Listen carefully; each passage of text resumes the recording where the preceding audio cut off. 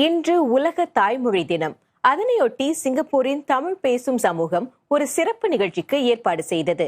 இளையர்கள், மாணவர்கள், குடும்பங்கள், மூத்தோர் என்று பலரும் ஒன்று கூடினர்.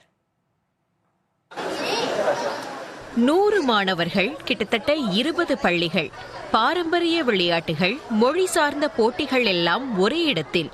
மாதிரி போட்டிகளுக்கு வர மாணவர்கள் தயார் செய்துட்டு தான் வராங்க. ஒரு நாள்ல செய்யறது இல்ல, பல வாரங்கள் அவங்க தயார் செய்த பிறகுதான் வராங்க. அப்படி இருக்கும்போது அவங்களுக்குள்ள ஒரு நட்பு உருவாகுது இல்லையா? அந்த நட்பு உருவாகும் போது அவங்க அந்த நட்பு மூலியமா ஒரே மொழியில பேசி அவங்களால கலந்துரையாடுறது அவங்களுக்கு சுலபமா இன்னும் இருக்கும்னு நாங்க நம்புறோம்.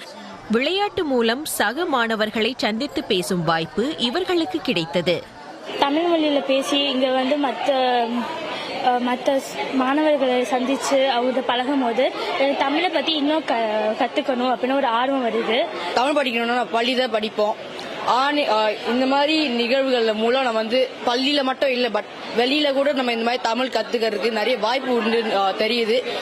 நிகழ்ச்சியில் சிறப்பு விருந்தினராக கலந்து கொண்டார் வெஸ்ட் கோஸ்ட் ஜுராங் வெஸ்ட் குழு தொகுதி நாடாளுமன்ற உறுப்பினர் டாக்டர் ஹமீத் ரசா.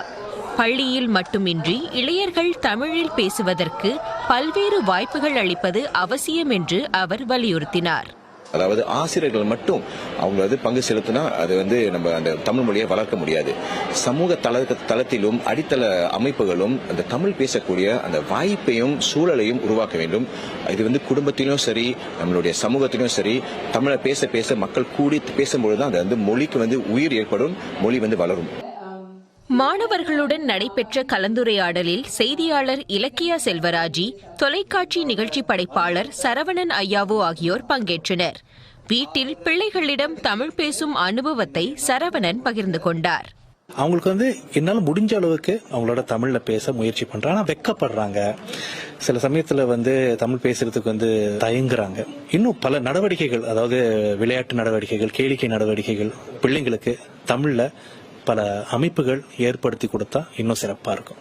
நிகழ்ச்சியில் தாய்மொழியை கௌரவித்து கொண்டாடிய தருணங்களும் இருந்தன.